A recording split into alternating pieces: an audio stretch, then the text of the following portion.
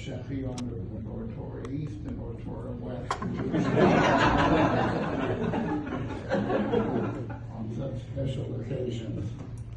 When I spoke to Rabbi Engel and we talked about your mission, I told him that you were coming here at the best of times and at the worst of times.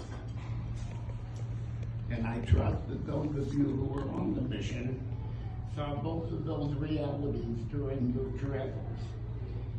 And part of the best of times, by the way, is to extend a mazel tov to the great-grandparents.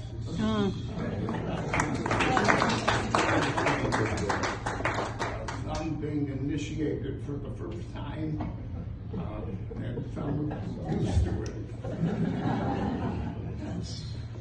You've also come during the month of Adar, the month in which we herald in the holiday of Purim. And as you all know, oh, that's yours. That's mine. Time for Christmas. I told that person. It's time for Christmas. I know, I told the person to call.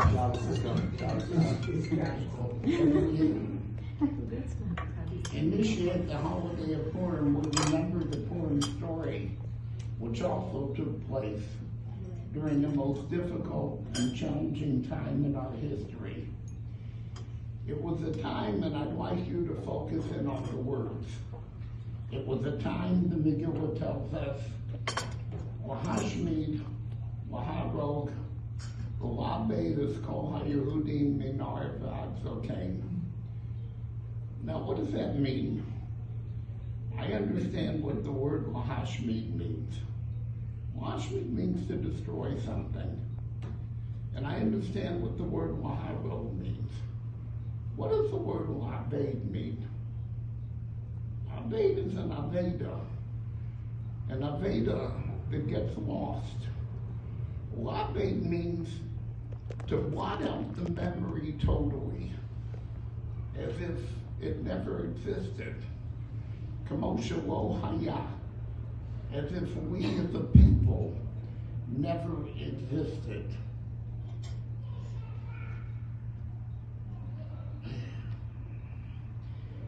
So as I say, I understand the first two, but it's the La'abed that we have to think about. This blotting out the memory of the Jewish people. The Nar V'Adzokein started with the youth in Shushan University. Wanted to destroy the youth, and we'll talk about that in a second.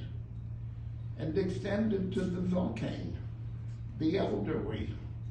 We see that in the streets of New York. Just yesterday, I read a story of someone in Staten Island that was attacked and was called a dirty Jew.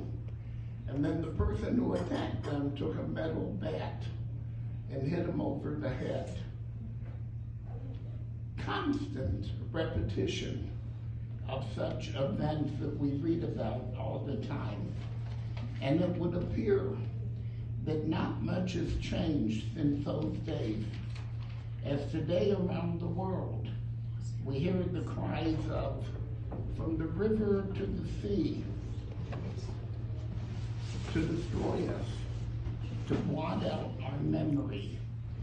And here in Israel, we face an assortment of enemies on all fronts. It would seem that in the words of Shlomo HaMelech, Ein Chadash Tachas HaShemesh.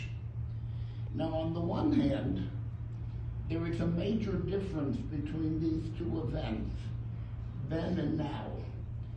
Then, Mordechai and Esther taught us about the power of prayer. Chazal tell us that the names of Mordechai signified that. Mordechai ben Yoir. What is Yoir? Sheyoir Enehem Shel Yisrael B'Tfilah. That he enlightened the Jewish people through this valuable mechanism called prayer. Ben Kish. What is Ben Kish? Ben Yoir, Ben Shimi, Ben Kish. So the Gemara says Ben shekish al sharei rachamim v'niftechu lo, that he besieged, that he knocked on the gates of mercy through his prayers, and they opened for him, and they listened to his prayers. And the Medrash says about Esther, that Esther called out, Keli, Keli, lama azaftani. Why, God, why have you left us? Esther and Mordechai taught us that when we are in a dark and threatening place, that we're not alone. True, there were victories, military victories, but those came after the salvation that was brought about by the tefillot and the Torah that was offered. On the Megillah, there's a very strange pasuk that when Haman comes home and he's dejected from all of his experiences, so Zeresh, his wife, said, Imi Zerah Hayehudi, if Mordechai, Zerah Hayehudi, if he's a Jew, then you're going to be destroyed. You won't be able to stand up to him. What does that mean? Imi Zerah Hayehudi.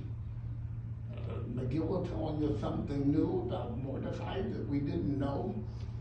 And so the Medrash says, Mizerah Hayehudim, that when they found Mordechai to ride him through the city on the horse, where did they find him? In the base Medrash, teaching children Torah, teaching the Talmidim for the next generation. And that's what